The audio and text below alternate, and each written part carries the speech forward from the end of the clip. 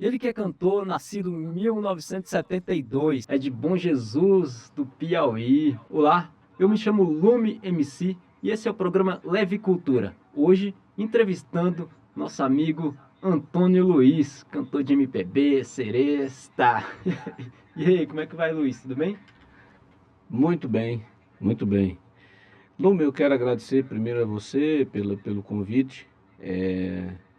E a gente vai bater um papo aqui sobre música, sobre o que eu já fiz durante muito tempo. E agradecer mais uma vez a você pelo convite. É uma iniciativa que é louvável, assim, chamar a rapaziada, o pessoal da música, para conversar e mostrar o que pensa da música, da atividade, enfim, que desempenha. Isso é muito legal, você está de parabéns pela iniciativa. Show de bola, maravilha. Obrigado.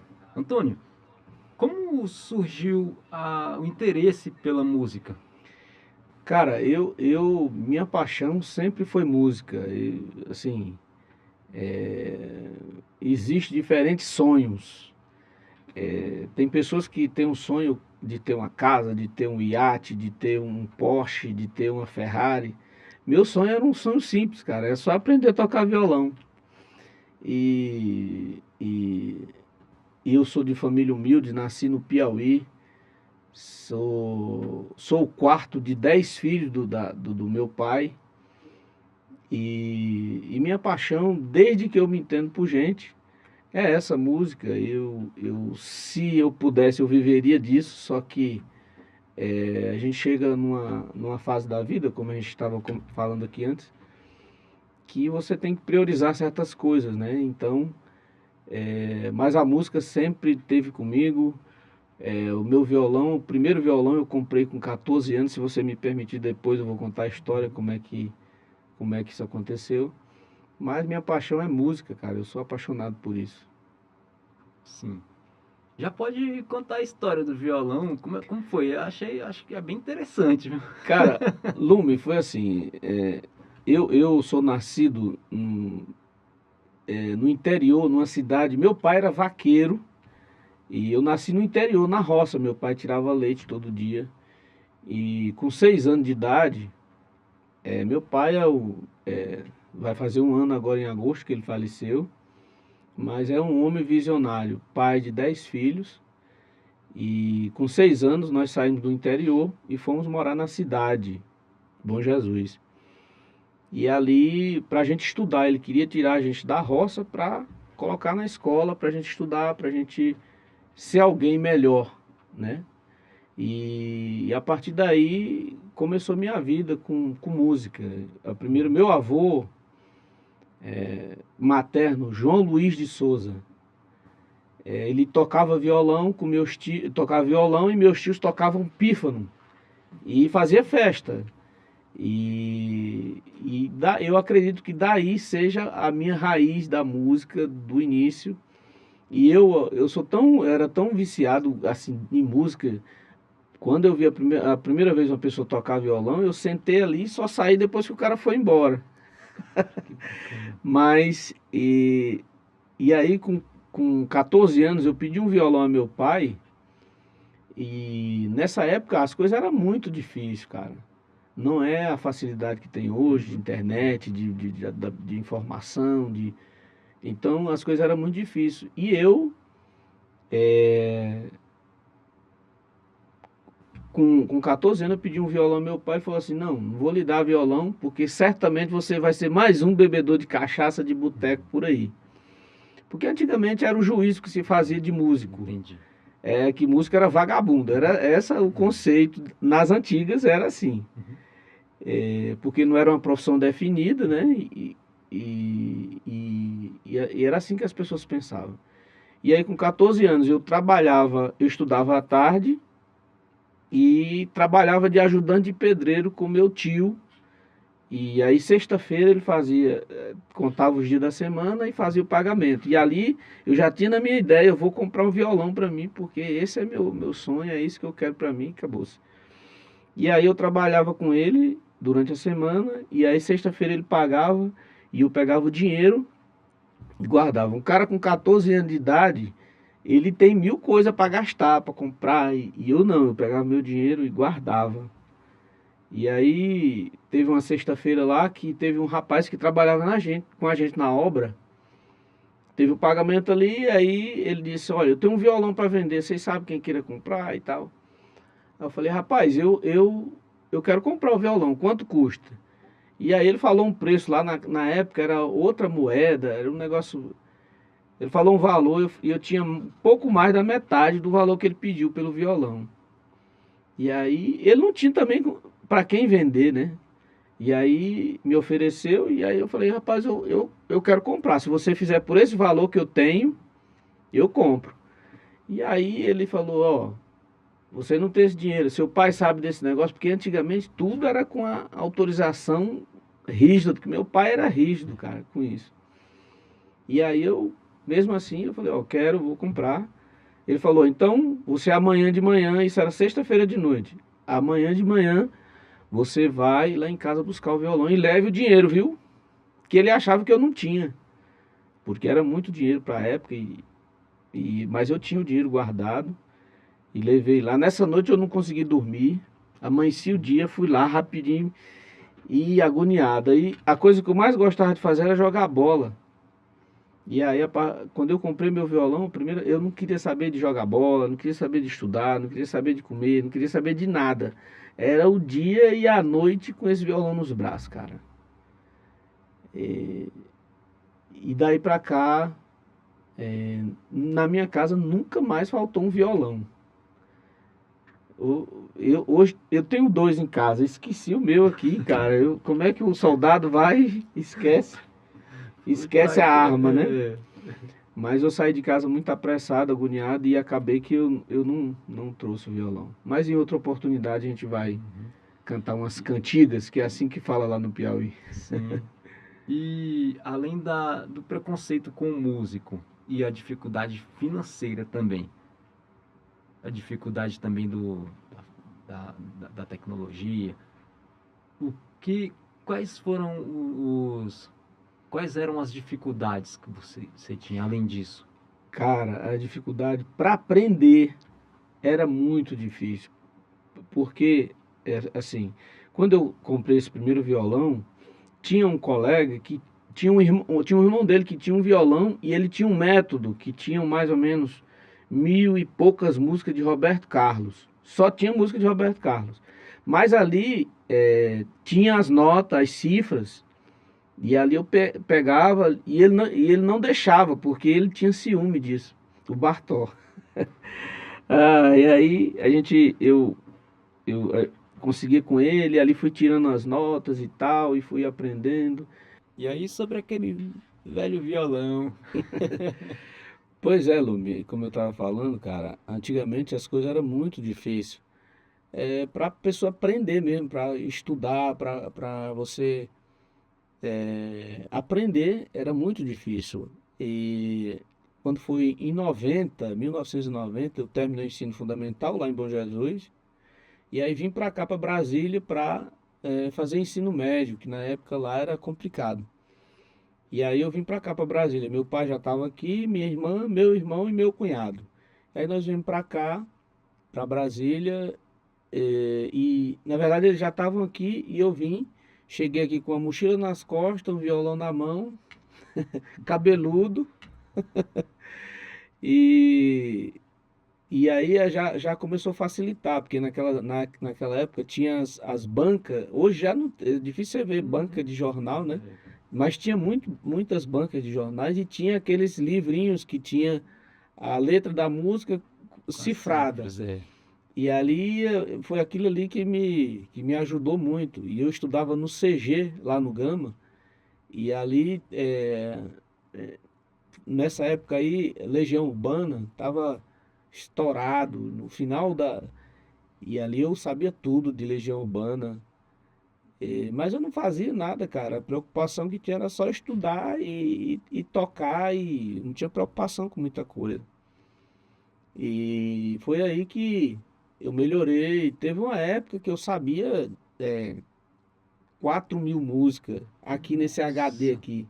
Qualquer música que você pedisse, MPB, sertanejo, eu cantava. É tanto que hoje eu ainda canto a maioria delas. Mas aí, assim, é, a pessoa fala assim, aprender um instrumento é igual andar de bicicleta. Não é, não. Tudo exige muita prática, tudo exige muita dedicação. Às vezes as pessoas falam, eu vou. Fulano, tem muitas pessoas que falam assim, me ensina a tocar violão. E eu costumo dizer para as pessoas assim, cara, ninguém ensina ninguém tocar. Não sei, outro instrumento pode ser, mas violão a pessoa só aprende se tiver muita paixão por tocar e Praticar. em praticar. Se você não praticar, esquece que você não. Você esquece tudo. Não adianta. Se você tirar o violão da sua vida um ano, quando você vai pegar, você tem que. Você sabe alguma coisa, mas você tem que reaprender e exercitar tudo de novo, porque esquece, não é assim tão simples. A prática é fundamental para isso. Mas antigamente era muito difícil, cara.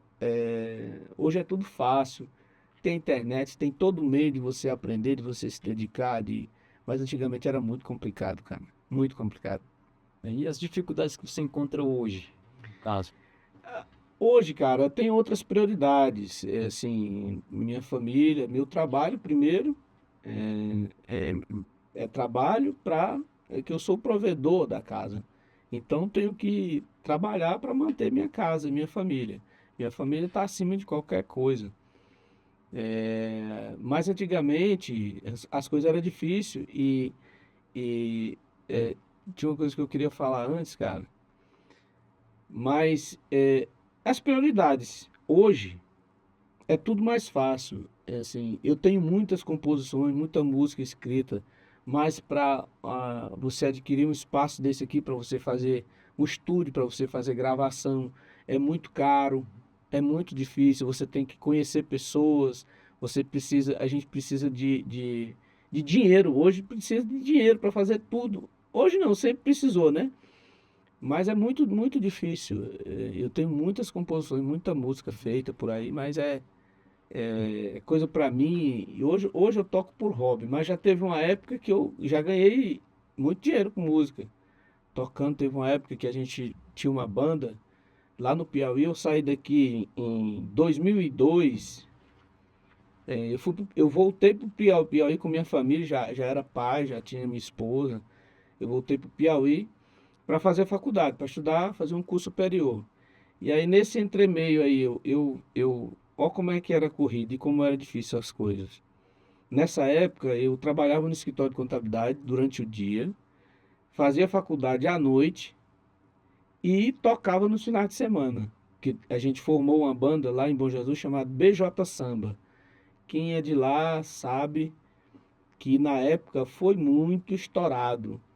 Na época nós fizemos uma abertura pro Wesley Safadão, era de uma banda chamada Garota Safada. Ele era um molecão, cabeludo. E nós fizemos uma abertura para eles. Nós fizemos uma abertura pro Márcio e Marcelo, que são irmãos do Gustavo Lima. Nós abrimos show para eles lá. Nós abrimos show pro Soeto, que é uma banda de pagode que o Belo cantava. Nós abrimos festa para eles também. Assim, e nessa época era muito corrido. Tinha época que a gente fazia 8 shows por semana, cara. A gente tocava quarta, quinta, sexta duas, sábado duas e domingo duas. Quando dava na última eu já nem falava mais, porque nosso contrato normalmente era de 3 horas e meia, 4 horas de música. E era só eu que cantava. Meu filho, o Pedro, ele começou a tocar comigo com 10 anos de idade, 10 anos e meio, 11 anos, 10 anos e meio já começou na música comigo. Nessa época da banda. E ele começou a tocar assim, foi um por acaso, né?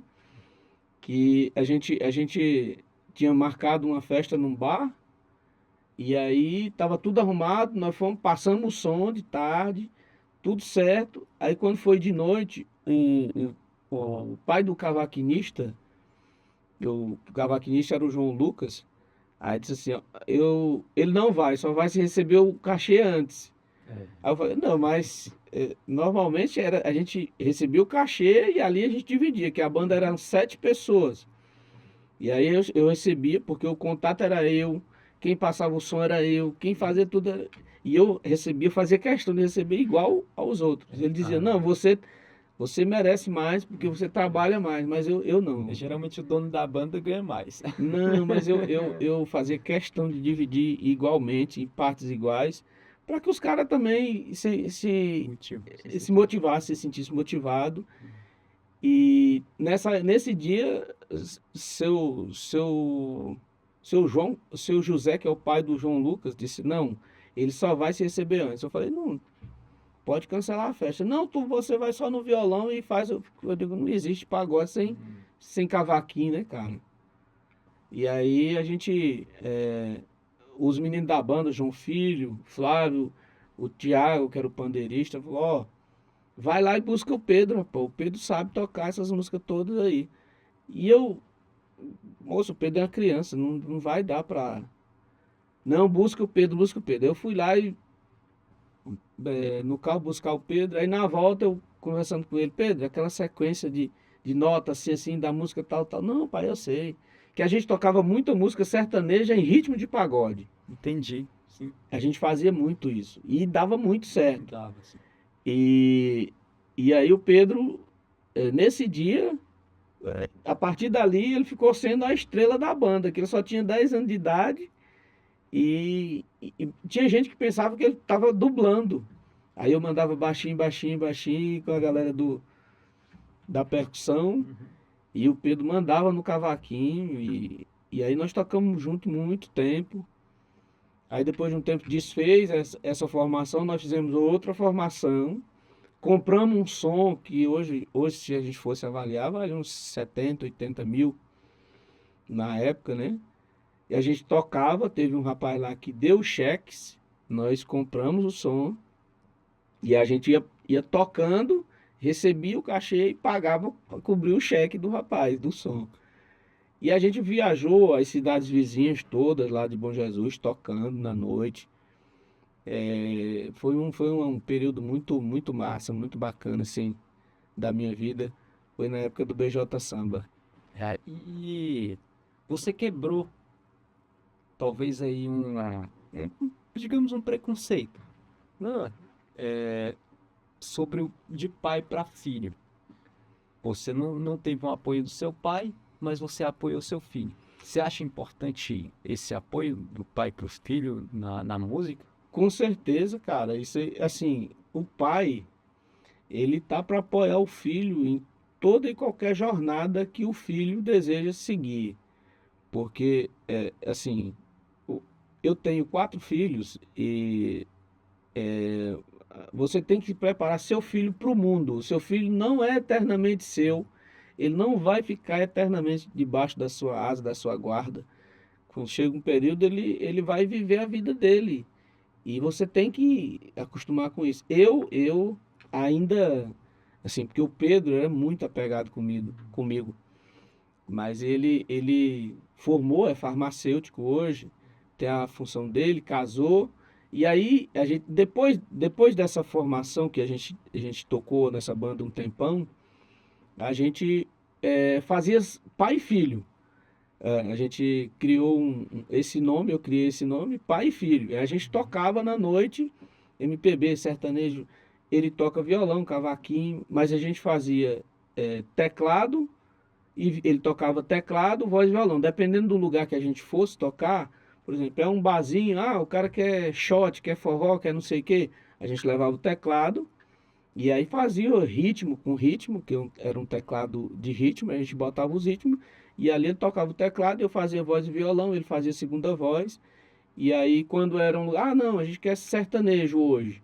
A gente levava ele levava um violão, eu levava outro violão, e a gente fazia 2 violões e voz, eu de primeira, ele de segunda, eu de primeira, e variava.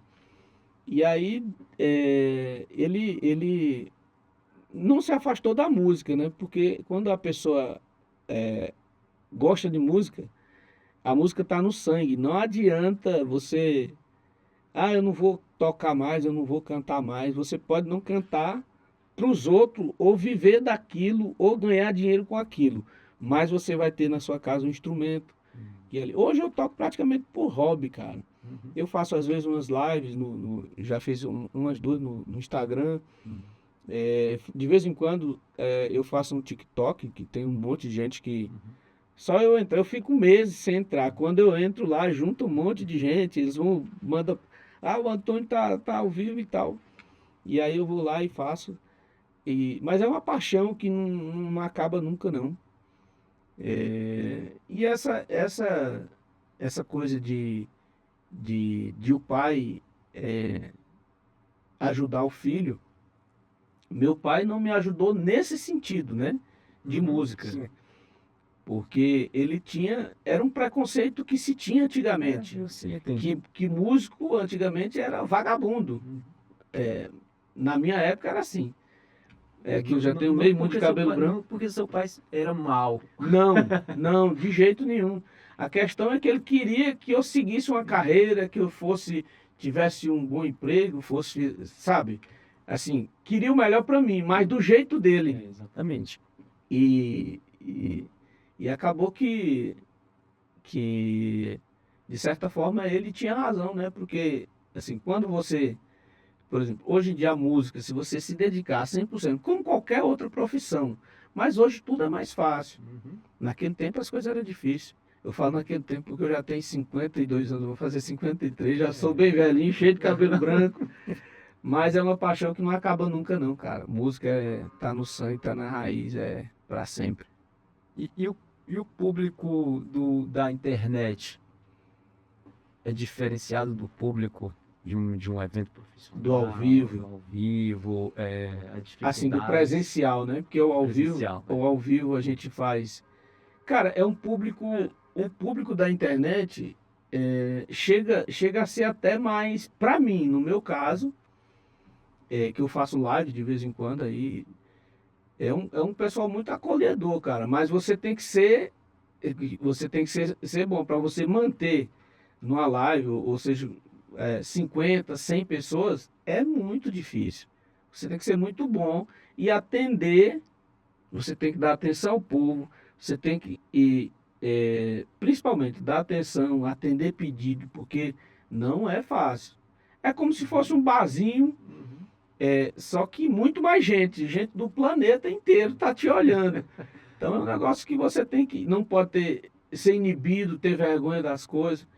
E ali, quando você está num barzinho, tem gente que fica tímido porque vê um monte de gente e tal. Cara, eu na época da banda do BJ Samba, e depois que eu já toquei para 20, 30 mil pessoas em praça pública aí, aberto. Então eu não tenho, assim, não sei se é prática, é costume, eu não tenho essa coisa de, eu tenho aqui 100 pessoas, eu vou ficar tímido. Normalmente a pessoa fica tímido quando não tem domínio daquilo que ele está fazendo. Quando você tem domínio daquilo que você faz, não tem por que a pessoa ficar tímido, ter medo. Eu não tenho receio dessas coisas não, cara. Eu não sou tímido não. Eu sou tímido para outras coisas, mas para isso aí, para estar na frente do povo. Mas também eu faço porque gosto e domino, né, cara? Tem um absoluto domínio. Tanto que meu violão, o cara pode pedir qualquer música que eu desenrolo. E como é? Como você se sente sendo um precursor da música na sua família? Hoje, sobrinhos, irmãos, filhos, são muitos artistas, né? Músicos. São. Na minha família, meus sobrinhos quase todos tocam. Meus filhos, tem o Pedro, tem a Mirelle que toca, o Zeca toca instrumento de percussão. Mas assim, isso começou de mim. Tem alguns irmãos que tocam também. Tem o Demetrio, tem meu irmão caçula, ele é um excelente músico, no estilo do Lucas, no estilo... Toca qualquer instrumento, você entrega qualquer instrumento para ele e ele desenrola. Mas o Demetrio, que é o caçula, ele mora em João Pessoa, tá morando em João Pessoa, e é um excelente músico, mas ele é evangélico. Não é demérito para mim, porque, assim, lá em casa, na casa do meu pai, nós somos 10 irmãos, quando juntava filho, neto, todo mundo, era 80 pessoas. E assim, metade da família é evangélico e metade não é evangélico, católico. Mas assim, a gente sempre se respeitou, porque tem ambiente que católico não aceita evangélico e evangélico não aceita católico. Lá em casa não. Minha mãe era evangélica e meu pai não. E era uma coisa que ele sempre falou, as pessoas têm que se respeitar como elas são, independente da religião, do pensamento dela, você tem, embora você não concorde com a pessoa, mas você tem que respeitar a opinião da pessoa. Então, foi assim que nós fomos criados.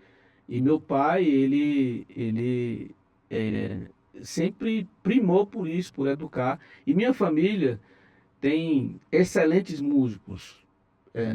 Cantora, minha filha hoje meu primeiro neto chama Teodoro.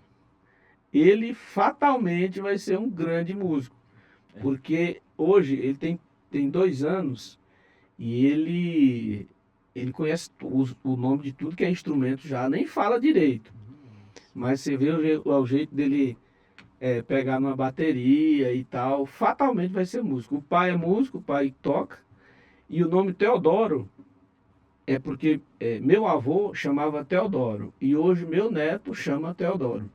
O meu avô paterno, o pai do meu pai, chamava Teodoro. E aí minha filha quis homenagear meu avô e colocou o nome dele Teodoro. Bacana. E minha família é uma bênção, cara. Eu agradeço a Deus todo dia por isso, com a minha família. É o que eu tenho de melhor. E você consegue conciliar música, emprego e família? É uma barra ter que conciliar. Mas a pessoa, como eu disse antes, as prioridades, você tem que ir numa escala de prioridades, aquilo que é mais importante para você. Todas essas coisas são importantes. E ali a gente tem que conviver. E a sua parceira, a pessoa que você convive, tem que ter consciência daquilo que você gosta. Quando eu me casei, eu já falei, olha, a música vai estar sempre comigo, bola vai estar sempre comigo. Hoje eu não consigo mais jogar direito, porque meus joelhos são tudo estourados. Foi tudo. Meus joelhos são tudo estourado, operado, mas eu gosto muito de bola. Mas a música vai estar sempre comigo, cara. A música é a minha paixão e vai estar sempre comigo. E minha família, graças a Deus, respeita isso, né? E isso é importante para quem gosta, porque as coisas, as pessoas, as prioridades é tudo. Você tem que saber, principalmente o respeito das pessoas, né? A pessoa tem que respeitar aquilo que você gosta e você respeita o jeito das pessoas para que haja uma convivência, um respeito. É assim que eu penso. É importante. E fala um pouquinho sobre suas músicas autorais. Tem muitas. Cara, eu tenho muitas músicas, Lumi, autorais, assim, mas é a dificuldade muito grande para você gravar. Primeiro, estúdio, você tem que ter dinheiro para você montar, para você pagar as pessoas para fazer. Eu não investi nisso ainda, mas se eu tivesse investido nisso, ó, eu vou investir nisso aqui como compositor, tenho certeza que teria 1, 2, 3, 10 músicas aí estouradas, porque tem muita música boa, cara, que às vezes eu toco alguma em live, alguma coisa, o pessoal gosta muito. Não pensando assim, eu sou o cara, eu sou o bom, não é por aí. O seu trabalho, quem tem que avaliar o seu trabalho são as outras pessoas e não você. Eu acredito que é bom pelo retorno que as pessoas me dão. Por isso que eu suponho que seja bom. Não é, eu fiz e eu sou o cara que fez e eu sou o bom. Não é. Não é assim que você avalia o seu trabalho. As pessoas é que têm que avaliar o seu trabalho e e dizer o que acha. Eu só estou dizendo isso, que é bom porque o retorno que eu recebo é muito bom. Já teve uma banda de forró lá de Bom Jesus que gravou uma das músicas, ficou muito bom mesmo. E eles ficaram um tempo, foi música de trabalho dos caras da banda, lá Banda Show, o nome da banda. E ficou muito bom, gravou em ritmo de forró, ficou bom. Mas é isso. E você falou que gosta muito do Legião Urbana e conhece todas as músicas deles, né? O pessoal pede muito nas lives, nos barzinhos. Pede, É. pede. Principalmente aqui em Brasília. Aqui em Brasília, hoje em dia, nem tanto. Mas o pessoal da minha idade, o pessoal das gerações para trás da de hoje, se você for num barzinho, você tem que saber. Você tem que saber Legião Urbana. Você tem que conhecer. Sempre alguém pede. Sempre alguém pede. As músicas, Raul Seixas, sempre alguém pede. Legião Urbana, Raça Negra, sempre pede. E nas festas, sempre tem dois caras onde a gente vai tocar. Os músicos por aí que tocam em barzinho, que tocam em festa particular, tem sempre duas figuras na festa. Primeiro, é um cantor. Vai ter sempre alguém que canta, vai ter sempre o cantor e vai ter sempre o chato. O chato, quem é o chato? É aquele cara que quer aquela música dele, ele quer que toque a música dele só a dele, entendeu? Fulano, toca tal música. Aí você toca a música do cara. Aí daqui 10 minutos, fulano, naquela música. Aí, pô, tem que tocar a música pros outros, quer que eu vou tocar só pra você, cara? Então, assim, em festas ao vivo, particulares, ou em barzinhos, esses negócios, tem sempre essas duas figuras. O cantor, o meu primo ali, ó, meu primo é cantor, deixa ele dar uma palhinha aí. Sempre tem esse cara. Às vezes, quando não é alguém que pede, a própria pessoa pede. Eu mesmo, assim, cara, dificilmente eu peço para dar canja, mas microfone é um negócio que é viciante. O cara que canta, que é do ramo, quando ele fica ali, a gente vai se divertir, eu mesmo saio com minha esposa, eu fico ali olhando, mas. E meu irmão fica, quando vai junto, fica, rapaz, eu vou falar com o cara lá para você cantar. Eu digo, não, senhor, hoje eu não sou cantor, não. Hoje eu sou ouvinte, eu gosto de ficar ouvindo, hoje eu quero ouvir. Mas é assim, quando a gente sai para curtir, é uma coisa, e quando você tá profissional, e sempre vai ter. Eu toquei um tempão lá no shopping de Santa Maria, e eu parei de tocar lá porque o pessoal, o cachê, além do cachê ser muito pouco, as pessoas às vezes não tem barzinho e essas coisas, não valoriza o profissional, o músico. Porque assim, eu não vivo de música hoje, mas é minha paixão, eu faço porque gosto e é um hobby hoje para mim. Mas tem pessoas que vivem de música, o cara vai lá, ele tem o som dele, eu tenho meu som, eu tenho minhas coisas.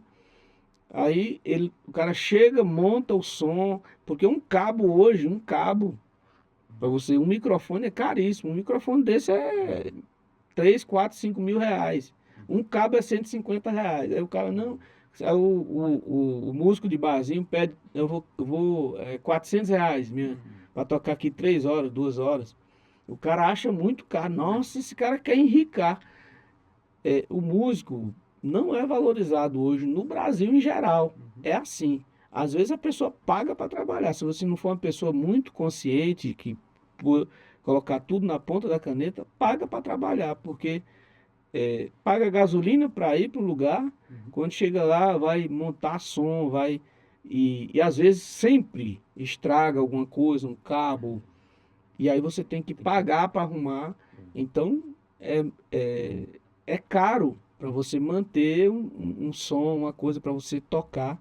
E as pessoas hoje não valorizam isso, cara, não valorizam. O profissional da música, o cara vive da música. Se ele não ganhar o dinheiro, ele não compra a coisa. Eu não, eu trabalho em outra área hoje, mas o cara que vive de música é muito difícil, cara. É muito rala, muito sofrimento. Você sabe muito bem disso, que as pessoas não valorizam. Às vezes valoriza moralmente, mas financeiramente é o que importa. Que se você é um negócio, uma profissão. Se você não recebeu o que você trabalhou, você não come, você não põe as coisas dentro de casa, você não mantém sua família, seu filho. Então é essa a minha visão, principalmente do músico de barzinho, músico que não é estourado, igual o Gustavo Lima, esses caras não. E os apoios que as pessoas, os empresários que contratam, as pessoas do governo que dispõem de emendas, de coisas, não favorece o pequeno, cara. A pessoa que tem ali 2 caixinhas, vai lá no barzinho para ganhar o ganha-pão dela, porque tem muita gente assim. Não é pouco valorizado. Tanto os empresários, as pessoas que contratam, não valorizam, como também o governo, pelo dinheiro que é repassado do governo para essas instituições, a Lei Rouanet, por exemplo, não favorece aos pequenos. Os recursos não favorecem os pequenos, as pessoas que, embora tenha muita gente com talento, eu moro em Santa Maria e sei, e vejo como é que as pessoas não valorizam. Porque o músico, primeiro, a pessoa tem que ensaiar as músicas, tem que preparar um repertório. Aquilo ali é uma profissão como outra qualquer, cara.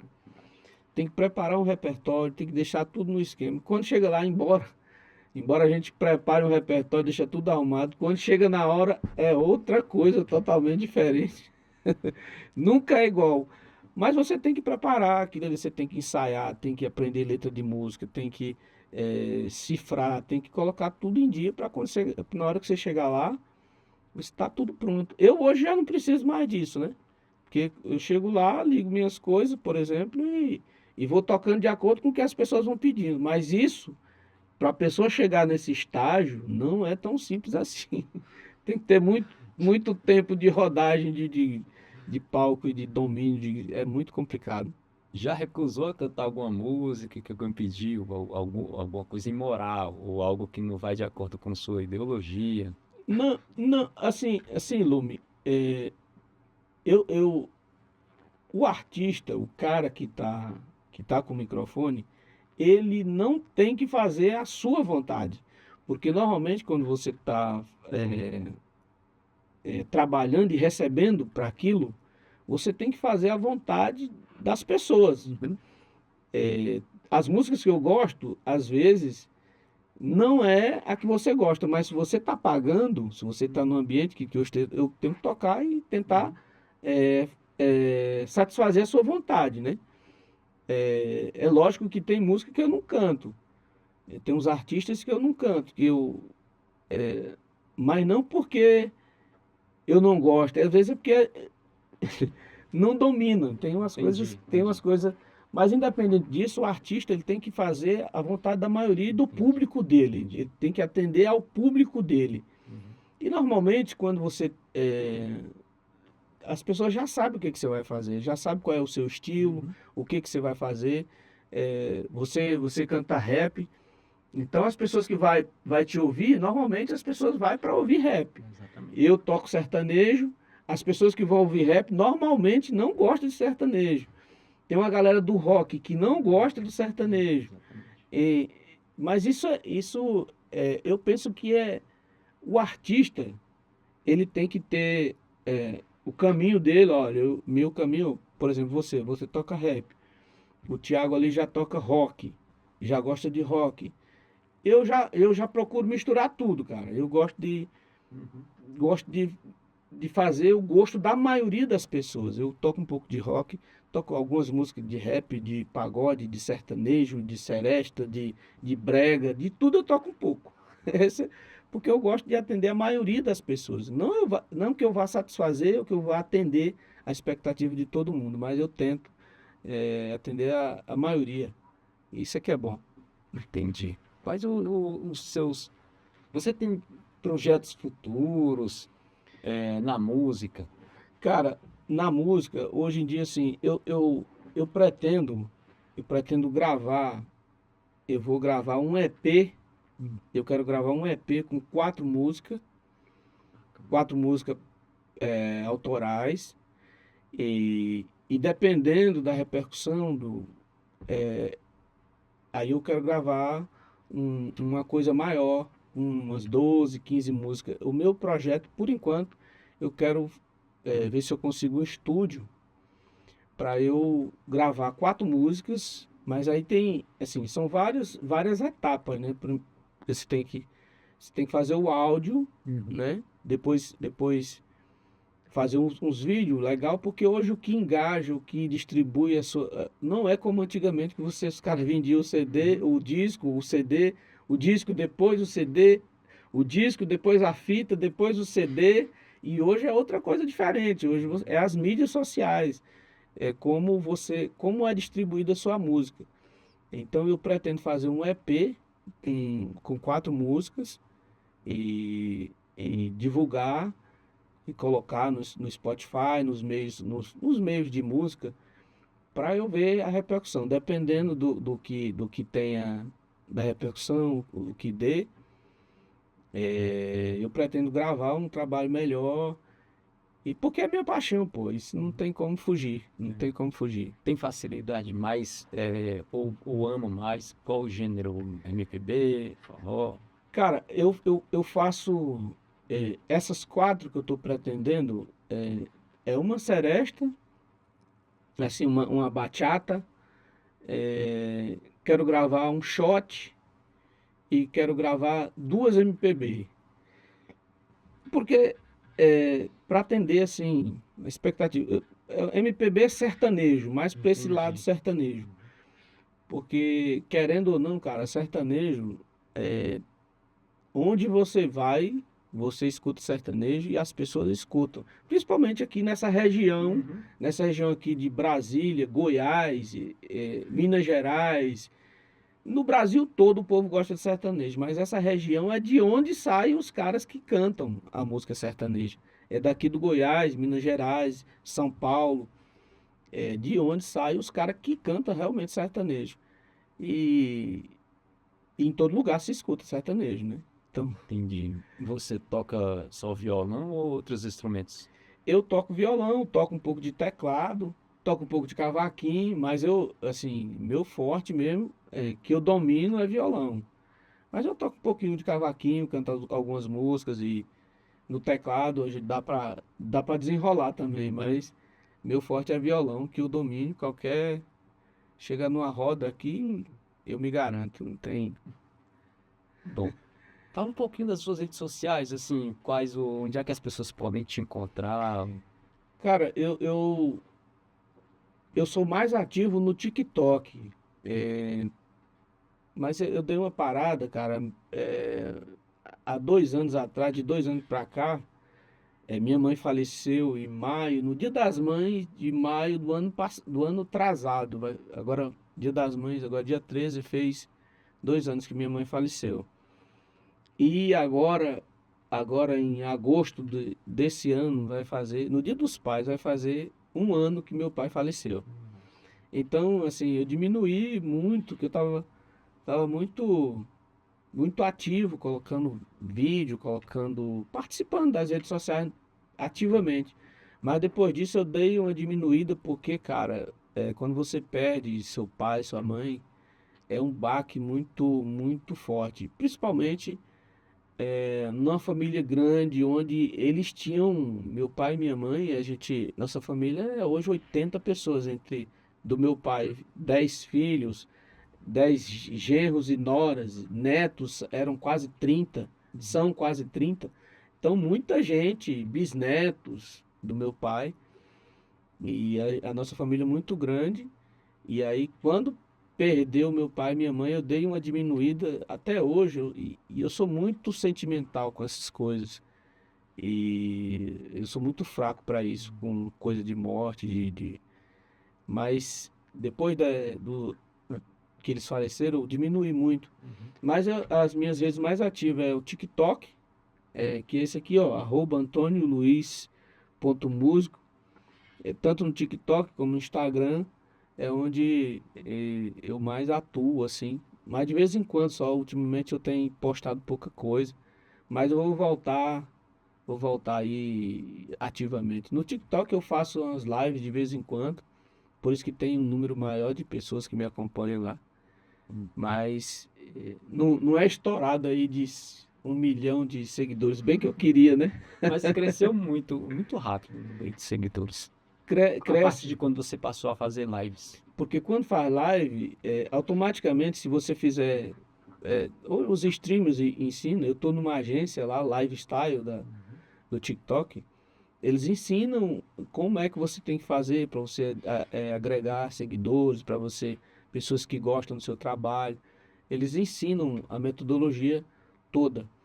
Então, e eu gosto de fazer live porque as pessoas interagem muito, cara. Às vezes, a gente de estar ali sozinho atrás de um microfone, do celular, eu uso lá, tem uma mesa e eu uso o celular para fazer. Mas é muito bacana, tem muita gente que, às vezes, ontem eu abri uma live lá, eu pensei que não ia aparecer ninguém, porque tem mais de 3 meses que eu não abria. E aí as pessoas mandam uma para outra, vai compartilhando. Lá tinha 100 pessoas online, ao vivo. Então é bacana, porque as pessoas ficam ali e tal, vão mandando um presente, conversando, participando, pedindo música. E quando eu abro as lives, eu não tenho nada, cara. Eu não tenho nada escrito. Assim, normalmente você tem que Tem preparar um repertório, pelo menos repertório. para iniciar. Eu não tenho nada. Eu só chego lá, ligo e as pessoas vão pedindo e eu vou cantando, vou atendendo o pedido do povo. Bacana. Mas isso é complicado, você chegar nesse estágio. É. E manda uma mensagem para um jovem, para um adolescente, ou até mesmo uma criança que está iniciando, tem essa vontade, né, de iniciar na música. O meu recado é o seguinte, que quando você tem um sonho, quando você não deixe que nada atrapalhe o seu sonho. Vá atrás, busque. Não é você ir na tora, eu quero isso. Não, você tem que alcançar, direcionar o que você quer e ali você vai atingindo etapa por etapa. Você não pode pular, eu vou ser o fulano hoje. Se bem que hoje já acontece. Mas não abandone seu sonho. Se você tem o sonho, não, independente da música, o seu sonho, você tem um desejo, não abandone aquilo por, por qualquer empecilho, por qualquer barreira que você encontre, que você vai encontrar muitos, porque a vida é assim. A vida é como um rio. Então, e na primeira barreira, se você desistir, dê a volta na barreira. Se você tem uma pedra no seu caminho, dê a volta na pedra e siga seu caminho. Não desista, porque você vai alcançar aquilo que você deseja, seguindo a sua vontade, seguindo o seu método. Desenvolva, porque todo objetivo ele só é alcançado quando você desenvolve etapas e é uma escada. Uma escada. Tem o seu destino, o destino da escada lá em cima, você tem que subir degrau por degrau. Mas não na primeira dificuldade, não desista. Vá atrás que você consegue. Essa é a minha. Você já alcançou o seu objetivo na música? Você já chegou no patamar onde você queria chegar? É algo que você planejava? O meu objetivo, Lumi, era aprender a tocar violão. Mas eu tenho um objetivo ainda. Eu vou daqui 6, 5, 4, 3 meses eu quero fazer esse EP para eu lançar, porque música, cara, se você hoje em dia você faz uma música, se você puser essa música numa plataforma aí, ela for bem aceita, for bem divulgada, você vai conseguir viver dessa música o resto da sua vida. É um ativo que você vai ter pro resto da sua vida. Você vai viver com aquilo. Você não precisa fazer mais nada. Se uma música sua estourar só uma, você vai ganhar até o resto da sua vida com aquilo. Então, assim, eu tenho essa missão ainda, que é eu vou lançar essas músicas e vou ver, Deus ajude, ou se um cantor grande vê, alguém grande vê e quiser gravar, eu vou deixar o cara gravar. E os royalties de música hoje é muito bom para você viver. Se você conseguir emplacar uma música aí, o cara tá bem o resto da vida. Eu ainda tenho esse plano, esse objetivo. Bacana, você vai conseguir. Tomara, Deus ajude. Manda um abraço para os seus fãs, cara. Olha, Lume, primeiro quero agradecer você mais uma vez pelo convite, por escutar aqui esse doido. É, é, que Deus lhe abençoe, lhe proteja, esteja sempre com você, sua família. Você sabe que eu tenho um respeito muito grande por você e desejar que você tenha muito sucesso. E para as pessoas que me acompanham, eu quero dizer que estou sempre à disposição. Tem o meu arroba no Instagram, no TikTok. Quem mandar mensagem pode ter certeza que eu respondo a todos. E é um prazer estar com você aqui. E mais uma vez agradecer pelo espaço, pela oportunidade e pedir a proteção de Deus para você. Você sabe, é uma pessoa que eu gosto e estou à disposição. Quando você precisar, quando você quiser, eu vou estar sempre à disposição para estar junto com você. Amém. Muito obrigado pela oração, pela confiança e pelo carinho. Também sinto muito carinho por você e seus fãs também. Tá bom? Maravilha. Sucesso. Show de bola. Então, um abraço, Lume. Tudo de bom para você. Que Deus lhe abençoe sempre. Esse foi o programa Leve Cultura. Hoje entrevistamos o Antônio Luiz, cantor de MPB, seresta e vários outros ritmos. Um forte abraço e até a próxima.